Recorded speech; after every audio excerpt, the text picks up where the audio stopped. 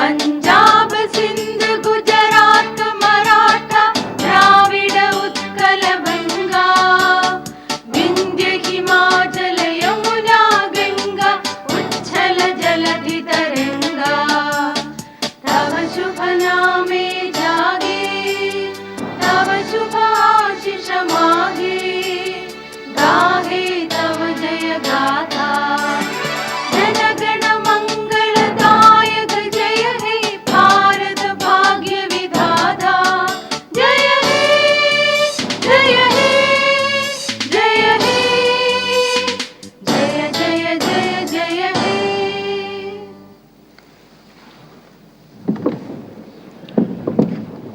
Order. ചോദ്യം number 1 Shri P K Kunhalikutty, ബഹുമാനപ്പെട്ട മുഖ്യമന്ത്രി. സർ, എ ഉണ്ട്, ബി റിപ്പോർട്ടിൽ ഇത് സംബന്ധിച്ച് പരാമർശിക്കപ്പെട്ടതായി കാണുന്നില്ല, സി CNRBയുടെ ക്രൈം ഇൻ ഇന്ത്യ റിപ്പോർട്ട് പ്രകാരം 2014 ഇന്ത്യയിലാകെ 29 സംസ്ഥാനങ്ങളിലായി നടന്ന കൊലപാതകങ്ങൾ 33,327 കേരളത്തിൽ 367. ഇക്കാര്യത്തിൽ കേരളം 18ാം സ്ഥാനത്താണ്. 2015 മൊത്തം കൊലപാതകം 31,480, കേരളത്തിൽ 334. ഈ വർഷം കേരളത്തിൻ്റെ സ്ഥാനം 17ാമതാണ്. എന്നിരുന്നാലും ഇത്തരം സാഹചര്യം നേരിടുന്നതിനായി സംസ്ഥാന പോലീസും രഹസ്യാന്വേഷണ വിഭാഗവും പരസ്പരം സഹകരിച്ച് പ്രവർത്തിച്ചു വരുന്നുണ്ട്. ഇതിലൂടെ കുറ്റകൃത്യം ഉണ്ടാവാൻ സാധ്യതയുള്ള സ്ഥലങ്ങളിൽ കൂടുതൽ പോലീസ് നിരീക്ഷണവും പിക്കറ്റും ഏർപ്പെടുത്തിയും കർശന പെട്രോളിങ്ങും ഏർപ്പെടുത്തിയും ആവശ്യമായ മുൻകരുതലുകൾ സ്വീകരിച്ചു വരുന്നു. ഇതിനു പുറമെ ഇത്തരം കുറ്റകൃത്യങ്ങൾ റിപ്പോർട്ട് ചെയ്താൽ നിലവിലുള്ള നിയമപ്രകാരം കുറ്റവാളികൾക്ക് കർശന ശിക്ഷ ഉറപ്പാക്കുന്നതിനുള്ള നടപടികൾ സ്വീകരിക്കുന്നുണ്ട്.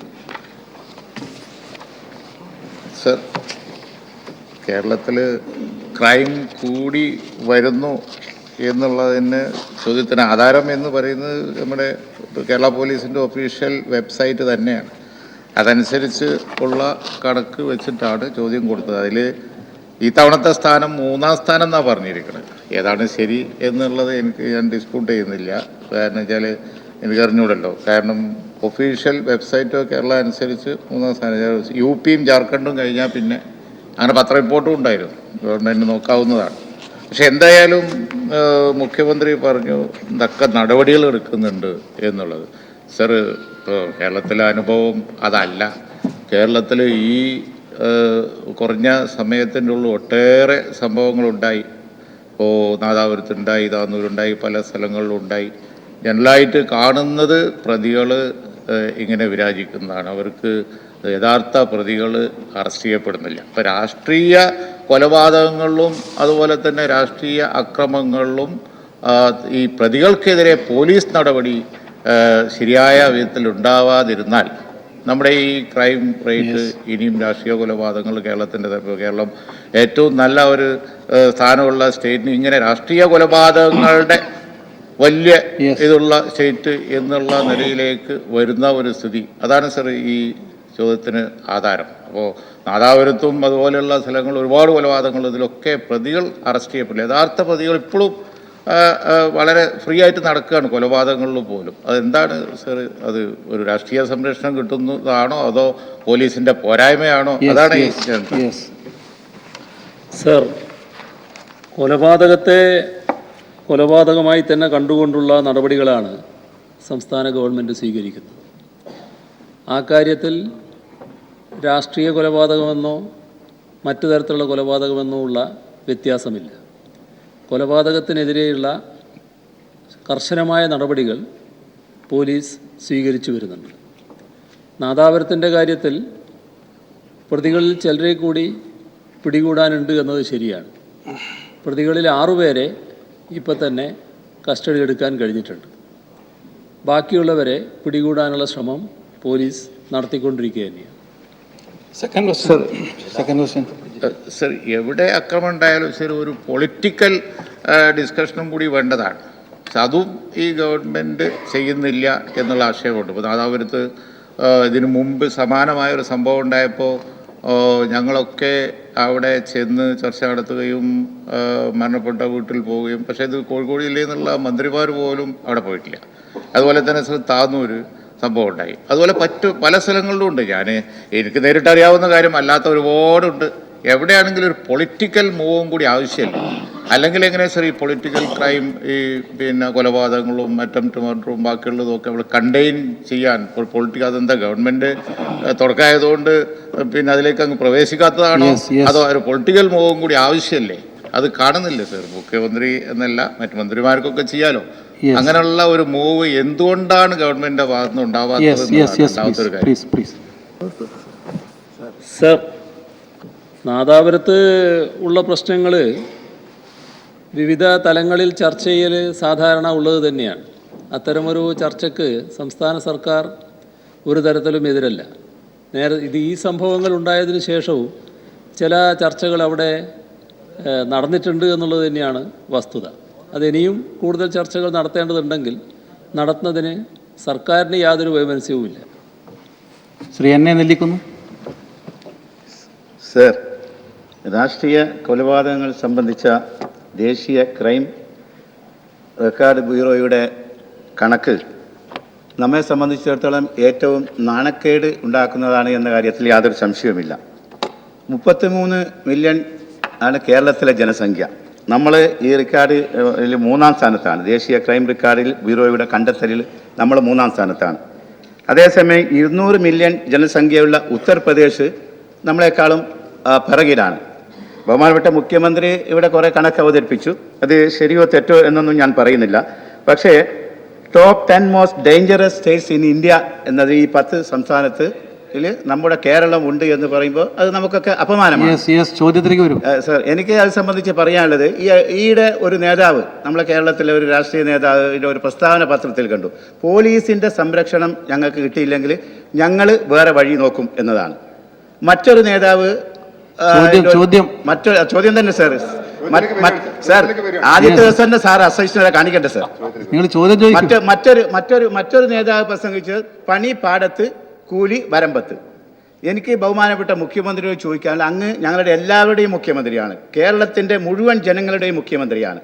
അപ്പോൾ ഇത്തരം നേതാക്കളുടെ ഈ തരത്തിലുള്ള പ്രസ്താവനകൾ, പ്രകോപനപരമായ പ്രസ്താവനകളാണോ നമ്മുടെ കേരളത്തിലെ ഈ ക്രമസമാധാനങ്ങളെ തകർക്കാൻ ഇടവരുത്തുന്നത് എന്നതിനെക്കുറിച്ച് മുഖ്യമന്ത്രി ചിന്തിച്ചിട്ടുണ്ട്? ബഹുമാനപ്പെട്ട മുഖ്യമന്ത്രി, ഞാൻ നേരത്തെ പറഞ്ഞതുപോലെ അങ്ങക്ക് ഈ ക്രമസമാധാന തകർച്ച ഇല്ലാതാക്കാൻ കഴിയും എന്ന് തന്നെയാണ് ഞങ്ങളുടെ എല്ലാവരുടെയും വിശ്വാസം. ഈ കാര്യത്തിൽ അങ്ങ് എങ്ങനെയാണ് പ്രതികരിക്കുന്നത്? അങ്ങ് എന്ത് നടപടികളാണ് സ്വീകരിക്കാൻ പോകുന്നത്? സർ, നമ്മുടെ സംസ്ഥാനത്ത് കുറ്റകൃത്യങ്ങൾ പൂർണ്ണമായും ഒഴിവാകണമെന്ന് ആഗ്രഹിക്കുന്നവരാണ് നമ്മളെല്ലാവരും. എന്നാൽ കുറ്റകൃത്യങ്ങൾ നടത്തുന്നവർ ചിലർ സമൂഹത്തിലുണ്ട് എന്നുള്ളത് വസ്തുതയാണ്. അവർക്കെതിരെ ഏതെങ്കിലും തരത്തിലുള്ള സംരക്ഷണ നടപടികൾ സംസ്ഥാന സർക്കാരിൻ്റെ ഭാഗത്തു നിന്നുണ്ടാവുകയില്ല. കർക്കശമായ നടപടികളാണ് ഏതു തരത്തിലുള്ള കുറ്റകൃത്യങ്ങളായാലും നമ്മുടെ സംസ്ഥാനത്തെ സർക്കാർ സ്വീകരിച്ചു വരുന്നത്. അടുത്ത കാലത്ത് ഒരു കുടുംബത്തെ ആകെ വേട്ടയാടിയ ഒരു വാർത്ത നമ്മൾ പത്രങ്ങളിൽ കണ്ടല്ലോ. അത് മറ്റൊരു സംസ്ഥാനത്താണ്. അത്തരത്തിലുള്ള ഹീനകൃത്യങ്ങളൊന്നും നമ്മുടെ സംസ്ഥാനത്ത് ഉയർന്നു വന്ന സംസ്കാരത്തിൻ്റെ ഭാഗമായി തന്നെ പൊതുവേ നമ്മുടെ സമൂഹം വെച്ച് പൊറുപ്പിക്കുന്നില്ല. അപ്പോൾ അങ്ങിവിടെ പ്രകടിപ്പിച്ച വികാരത്തോടൊപ്പം സംസ്ഥാന സർക്കാർ പൂർണ്ണമായി തന്നെ നിലകൊള്ളുകയാണ്. പ്രസ്താവനകളുടെ കാര്യം, പ്രസ്താവനകൾ പലതരത്തിലും നമ്മുടെ സംസ്ഥാനത്ത് ഉണ്ടാകാറുണ്ട്. പ്രസ്താവനകളുടെ പുറകെ പോയി നടപടികൾക്ക് പുറപ്പെട്ടാൽ അതെവിടെയും എത്തിച്ചേരില്ല എന്ന് നമുക്കേവർക്കും അറിയാവുന്നതുമാണ്. കുറ്റകൃത്യങ്ങൾ വരുമ്പോൾ ആ കുറ്റകൃത്യങ്ങളുടെ കാര്യത്തിൽ സ്വീകരിക്കുന്ന നടപടി എന്താണ് പ്രശ്നം. അതിൽ ഒരു വിട്ടുവീഴ്ചയും ഉണ്ടാകില്ല. ശ്രീ സി മമ്മൂട്ടി. സർ, രാഷ്ട്രീയ കൊലപാതകത്തിൻ്റെ കാര്യത്തിൽ കേരളം ഏത് സ്ഥാനത്താണെങ്കിലും ഇവിടെ കൊലപാതകം നടക്കുമ്പോൾ നടപടി എടുക്കുന്നതിന് പകരം സർവകക്ഷി യോഗം വിളിച്ചു കൂട്ടി ഇനിയൊരു കൊലപാതകവും നമ്മുടെ നാട്ടിൽ നടക്കാൻ പാടില്ല എന്ന നല്ലൊരു ചിന്താഗതി കൊണ്ടുവരുന്നതിൽ ആവശ്യമായ നടപടി സ്വീകരിക്കാൻ സർവകക്ഷി യോഗം വിളിച്ചു കൂട്ടുക. KSRTC ബസ്സിനെ ഇടിഞ്ഞ് തകർക്കില്ല എന്നൊരു തീരുമാനമെടുത്തപ്പോൾ പ്രായോഗികമായി നടപ്പാക്കാൻ കഴിഞ്ഞു. എന്തുകൊണ്ടൊരു കൊലപാതകത്തിൻ്റെ കാര്യത്തിൽ ഏത് രാഷ്ട്രീയ പാർട്ടിയായിരുന്നാൽ നിരന്തരമായ കൊലപാതകങ്ങൾ തലയുടെ എണ്ണം കൊണ്ട് കണക്കുകൾ പറയുമ്പോൾ ഇത് കണ്ടു വളരുന്ന പുതിയ തലമുറയും കൊലപാതകം ഒരു പ്രശ്നമല്ലാത്ത രൂപത്തെ ചിന്തിക്കുന്ന ഈ ഘട്ടത്തിൽ അങ്ങ് വളരെ ഗൗരവമായിട്ടെടുക്കുന്ന നടപടി സ്വീകരിക്കാൻ, ഒരു സർവകക്ഷി യോഗം വിളിക്കാനും ഇത്തരം നടപടി ഇനിയൊരു കൊലപാതകവും കേരളത്തിൽ ഇല്ലാത്ത വിധം മുന്നോട്ട് കൊണ്ടുപോകാൻ സമാധാനം, ഗോഡ്സ് ഓൺ കൺട്രി എന്ന് പറയുന്നു. പക്ഷേ കൊലപാതകത്തിൻ്റെ രാജ്യമായി മാറിക്കൊണ്ടിരിക്കുക. നമ്മളെല്ലാവരും ഒരുമിച്ച് ചിന്തിക്കേണ്ട ഒരു വിഷയമാണ്. രാഷ്ട്രീയത്തിന് അതീതമായി കാര്യങ്ങൾ നോക്കേണ്ടതാണ്. ഇപ്പോൾ ഇവിടെ ബഹുമാനപ്പെട്ട കുഞ്ഞാലി സാഹിബ് ചൂണ്ടിക്കാണിച്ച പോലെ താനൂരും തിരൂരൊക്കെ ഉണ്ടായ അക്രമങ്ങൾ രാഷ്ട്രീയത്തിന് അതീതമായ നടപടി കൈക്കൊള്ളാൻ ഭരണാധികാരികൾ തയ്യാറാകണം. അങ്ങനെ വരുമ്പോൾ സമാധാനം എപ്പോഴും ഉണ്ടാവും. ആ ഒരു ഏത് രാഷ്ട്രീയ പാർട്ടി ആവട്ടെ കുറ്റം ചെയ്താൽ നടപടി സ്വീകരിക്കണം. ഏത് പാർട്ടിയായാലും, ഭരിക്കുന്ന കക്ഷിയായാലും പ്രതിപക്ഷത്തായിരുന്നാലും. എന്നാൽ കൊലപാതകം ഉണ്ടാകാതിരിക്കാൻ രാഷ്ട്രീയമായ ഒരു സമവാക്യം ഉണ്ടാക്കി അത്തരം നടപടി എടുക്കാൻ കൂടി അങ്ങ് തയ്യാറാകുമോ എന്നാണ്. സർ, കൊലപാതകത്തിനു വേണ്ടി നിലകൊള്ളുന്ന ഏതെങ്കിലും ഒരു രാഷ്ട്രീയ പാർട്ടി കേരളത്തിലുണ്ട് എന്ന് പറയാൻ കഴിയില്ല. എന്നാൽ കൊലപാതകം നടത്താൻ വേണ്ടി ഫലപ്രദമായി കൊലപാതകം എങ്ങനെ നടത്താം എന്നതിന് പരിശീലനം നൽകുന്ന ചില സംഘടനകൾ കേരളത്തിലുണ്ട്. രാഷ്ട്രീയ പാർട്ടികളുടെ യോഗം വിളിച്ചതുകൊണ്ട് മാത്രം അവരുടെ കൊലപാതകങ്ങൾ ഇല്ലാതാക്കാൻ കഴിയില്ല. അതിന് കർക്കശമായ നിയമ നടപടികളിലൂടെ മാത്രമേ സാധിക്കൂ. രാഷ്ട്രീയ പാർട്ടികൾ പൊതുവിൽ കൊലപാതകങ്ങൾ പ്രോത്സാഹിപ്പിക്കുന്നവരാണ് എന്ന് പറയാൻ കഴിയില്ല. എന്നാൽ അവിടെയും വ്യത്യാസമുണ്ട്. കൊലപാതകത്തിന് പരിശീലനം കൊടുക്കുന്ന സംഘടന നേതൃത്വം നൽകുന്ന രാഷ്ട്രീയ പാർട്ടിയും ചിലപ്പോൾ ഉണ്ടാവും ഇവിടെ. അവരുടെ കാര്യത്തിൽ മറ്റ് രാഷ്ട്രീയ പാർട്ടികളുടെ ഗണത്തിൽപ്പെടുത്താനും കഴിയില്ല. അപ്പോൾ രാഷ്ട്രീയ പാർട്ടികളുടെ യോഗം വിളിച്ചുകൊണ്ട് കൊലപാതകത്തെ തടയുക എന്നത് പ്രായോഗികമായി ഒന്നായിരിക്കില്ല. കൊലപാതകം അങ്ങനെ ഉണ്ടായാൽ ഏത് കൊലപാതകമെന്ന് നോക്കാതെ കർക്കശമായ നടപടികളിലേക്ക് കടക്കുകയാണ് വേണ്ടത്. അതിന് സർക്കാരിന് യാതൊരു വൈമനസ്യവുമില്ല. കോടതിയാണ് അസ്ലമിന്റെ കൊലപാതകം നടത്തിയത്, പട്ടാപ്പകലാണ് നടത്തിയത്. അതുകൊണ്ട് ഇതുവരെ പ്രതികളെ പിടിച്ചിട്ടില്ല. സർ, പിടിക്കാൻ ആവശ്യമായ നടപടി സ്വീകരിക്കുമോ അതല്ല പ്രതികൾക്ക് സംരക്ഷണം നൽകുന്ന നിലപാടാണോ ഗവൺമെന്റിന്റേത്? ഇതാണ് അറിയേണ്ടത്. ചോദ്യം ചോദിക്കട്ടെ സർ. ബഹുമാനപ്പെട്ട പ്രതിപക്ഷ നേതാവിന് അറിയാം, ചോദ്യോത്തര വേളയിൽ പ്രസ്താവനയ്ക്ക് പറ്റുമോ? പ്രസ്താവന ശരിയാണോ? Sir, yes. ഇവിടെ 6 പേരെ അറസ്റ്റ് ചെയ്തു എന്നത് അങ്ങ് തന്നെ അംഗീകരിക്കുന്നുണ്ട്. ബാക്കി ചിലരെ അറസ്റ്റ് ചെയ്യാനുണ്ട് എന്നത് വസ്തുതയാണ്. അത് ഞാൻ നേരത്തെ ഇവിടെ പ്രസ്താവിച്ചതാണ്. ഇനി 8 പേരാണ് അറസ്റ്റിലാവാനുള്ളത്. തിരിച്ചറിഞ്ഞതിൽ 2 പേരുണ്ട്. തിരിച്ചറിയാൻ തന്നെ 6 പേർ ബാക്കിയാണ്. ആ തരത്തിലുള്ള അന്വേഷണം പുരോഗമിച്ചുകൊണ്ടിരിക്കുകയാണ്. അവരാരൊക്കെയെന്ന് കണ്ടെത്താനുള്ള ശ്രമങ്ങളും നടന്നുകൊണ്ടിരിക്കുകയാണ്. ഒരു ആശങ്കയും വേണ്ട, പ്രതികളെ ആകെ പിടികൂടാൻ പോലീസിന് കഴിയുക തന്നെ ചെയ്യും. ശ്രീ തിരുവഞ്ചൂർ രാധാകൃഷ്ണൻ. സാർ, നാട്ടിലെ അക്രമങ്ങളും അതോടൊപ്പം കേസുകളും ധാരാളം ഉണ്ടാകും. സാർ, ഒരു പ്രതിയെ ശിക്ഷിക്കണോ വേണ്ടയോ എന്ന് തീരുമാനിക്കുക കോടതിയിലെ ഇവിടെ വിധിക്ക് ശേഷമാണ്. സാർ, ഇന്ന് മലയാള മനോരമ പത്രത്തിനകത്തൊരു വാർത്തയുണ്ട്. സാർ, ഈ മന്ത്രിസഭയിലെ ഒരു അംഗം നിരവധി കേസുകളിൽ പ്രതിയായിരുന്നിട്ടും അദ്ദേഹത്തിനെതിരെ നടപടിയെടുക്കാത്തത് കൊണ്ട് കോടതി തന്നെ സ്പീക്കർക്ക് കത്തെഴുതിയതായിട്ടാണ് ഇന്ന് മലയാള മനോരമയിലെ പത്രത്തിലെ വാർത്ത. സാർ, അത് ശരിയാണോ? നിയമത്തിന് കീഴടങ്ങാൻ ബാധ്യതയില്ലേ? ആ നിയമത്തിന് കീഴടങ്ങാത്തതിന് എന്തെങ്കിലും പ്രത്യേക കാരണമുണ്ടോ? കോടതി തന്ന കത്തിന് അങ്ങ് എന്ത് മറുപടി കൊടുത്തു? ഗവൺമെൻറ് എന്ത് നടപടിയാണ് ഇതിനെക്കുറിച്ച് എടുക്കാൻ തീരുമാനിച്ചിട്ടുള്ളത്? സർ, കോടതി അങ്ങനെയൊരു നിയമത്തെക്കുറിച്ച് നിശ്ചയമില്ലാത്തൊരു ഏജൻസിയാണ് എന്ന് ഞാൻ ശങ്കിക്കുന്നില്ല. കാരണം ഒരാളെ അറസ്റ്റ് ചെയ്യാൻ മുൻകൂട്ടി തന്നെ അനുമതി വാങ്ങേണ്ട ഒരു ആവശ്യം നമ്മുടെ രാജ്യത്തില്ല. അറസ്റ്റ് ചില സ്ഥലങ്ങളിൽ നിന്ന് പാടില്ലായിരിക്കും. ഇപ്പോൾ ഇതിനകത്ത് കയറി അറസ്റ്റ് ചെയ്യാൻ പറ്റില്ല. അവർക്ക് അറസ്റ്റ് ചെയ്യാൻ എവിടെയും സാധിക്കും. അപ്പോൾ സാധാരണ നിലക്ക് കോടതി അങ്ങനെയൊരു നിലപാട് സ്വീകരിക്കാൻ ഇടയില്ല എന്നാണ് ഞാൻ കരുതുന്നത്. Shri K C Joseph. Sir, അങ്ങിവിടെ പറഞ്ഞത് വസ്തുതാവിരുദ്ധമാണ്. അങ്ങയുടെ ജില്ലയിൽ തന്നെ 100 ദിവസങ്ങൾക്കുള്ളിൽ 5 കൊലപാതകങ്ങളുണ്ടായി. നമ്മുടെ ജില്ലയിൽ തന്നെ മുഖ്യ ഭരണകക്ഷിയുടെ നേതാക്കന്മാർ പോലീസ് സ്റ്റേഷനുള്ളിൽ കയറി സമരം നടത്തുന്നു. സർ, അങ്ങ് പറഞ്ഞു അന്യ സംസ്ഥാനത്ത് ഒരു കുടുംബത്തെ ആക്രമിച്ചെന്ന് പറഞ്ഞു.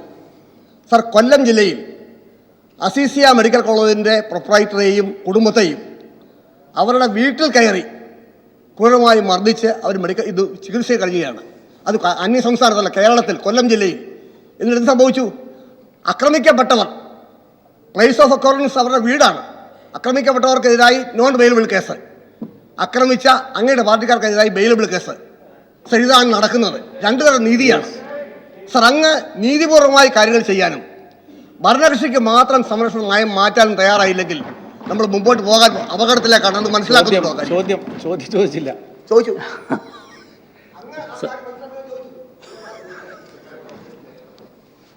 സർ, ഭരണകക്ഷിക്കാർക്ക് പ്രത്യേക സംരക്ഷണം എന്നൊരു നിലപാട് സംസ്ഥാന പോലീസ് നയത്തിലില്ല.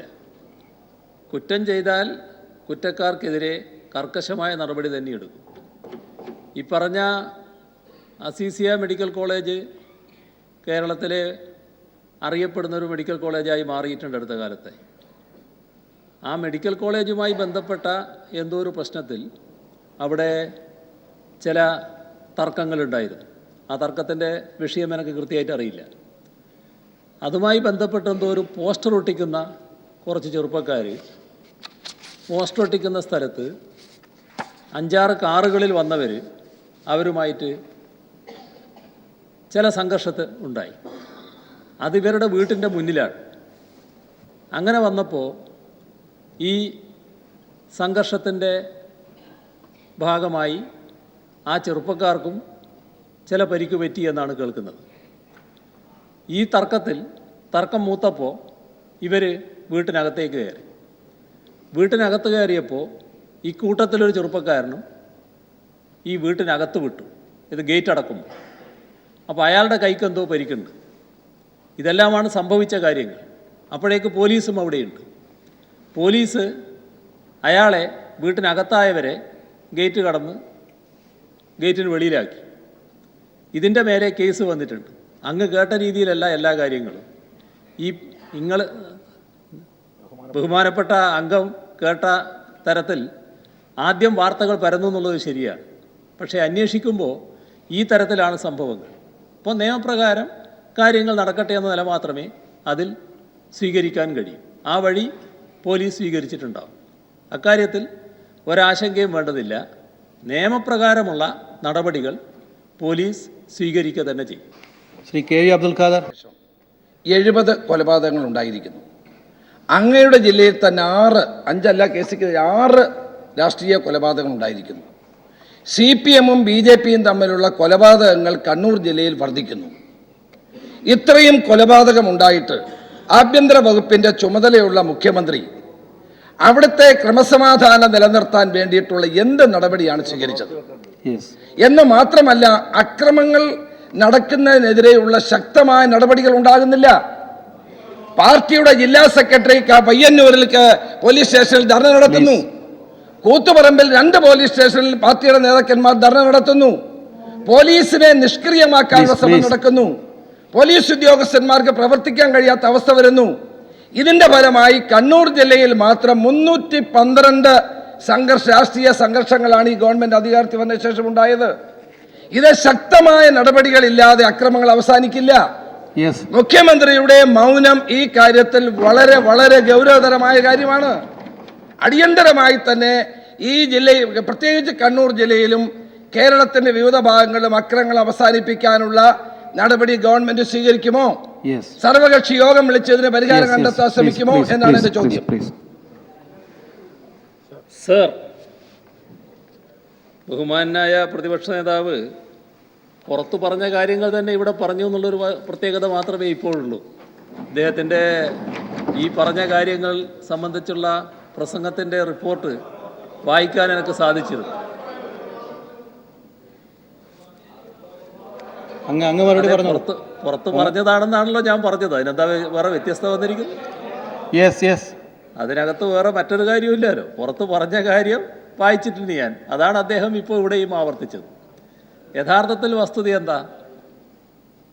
നമ്മുടെ സംസ്ഥാനത്ത് അക്രമങ്ങൾ പെരുകാതിരിക്കുന്നതിനുള്ള കർക്കശ നടപടികളാണ് സംസ്ഥാന പോലീസ് സ്വീകരിച്ചു വരുന്നത്.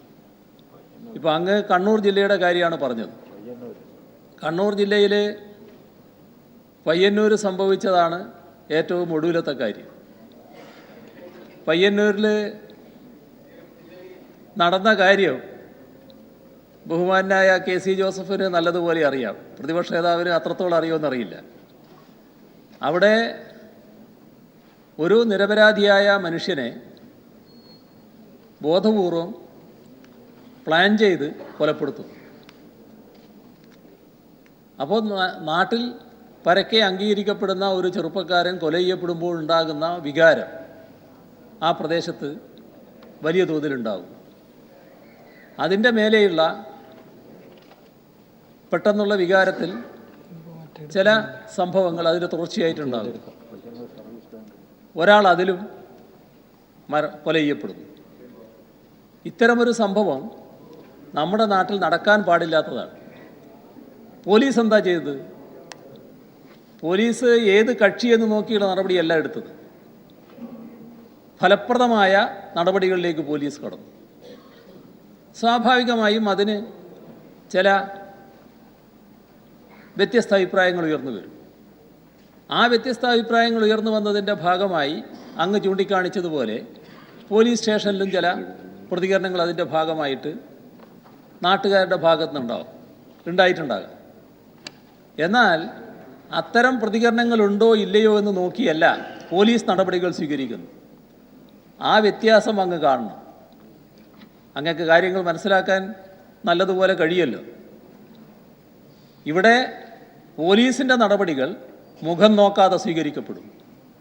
കുറ്റം ചെയ്തിട്ടുണ്ടോ ആ കുറ്റക്കാർക്കെതിരെയുള്ള നടപടികൾ സ്വീകരിക്കുന്നതിൽ ഒന്നും പോലീസിനെ വിലക്കില്ല. ഇതാണ് സംസ്ഥാന സർക്കാരിൻ്റെ നയം. ആ നയവുമായി തന്നെ സർക്കാർ മുന്നോട്ട് പോകും. രാഷ്ട്രീയ പാർട്ടികളുടെ ചർച്ചയുടെ ഭാഗമായി പരിഹരിക്കത്തക്ക ഒരു പ്രശ്നമാണ് അവിടെ ഉള്ളത് എന്ന് തോന്നുന്നില്ല. കാരണം ഒരു കൂട്ടർ ആയുധത്തിന് മൂർച്ച കൂട്ടിക്കൊണ്ടിരിക്കുന്നു. അവരത് അവസാനിപ്പിക്കാൻ തയ്യാറുണ്ടോ എന്നാണ് പ്രശ്നം. അത് അവസാനിപ്പിക്കാൻ തയ്യാറുണ്ട് എന്നതിൻ്റെ ഒരു സൂചനയും ഇതേവരെ വന്നിട്ടില്ല. അതിനാണ് ആദ്യം തയ്യാറാകേണ്ടത്. അവർക്ക് വളം വെക്കുന്ന ഒന്നും നമ്മുടെ ആരുടെയും ഭാഗത്ത് നിന്ന് ഉണ്ടാകാതിരിക്കാൻ ശ്രദ്ധിക്കുകയും വേണം.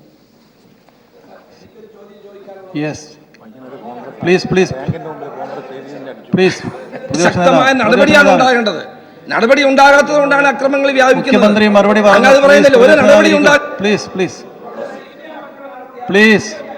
പ്ലീസ്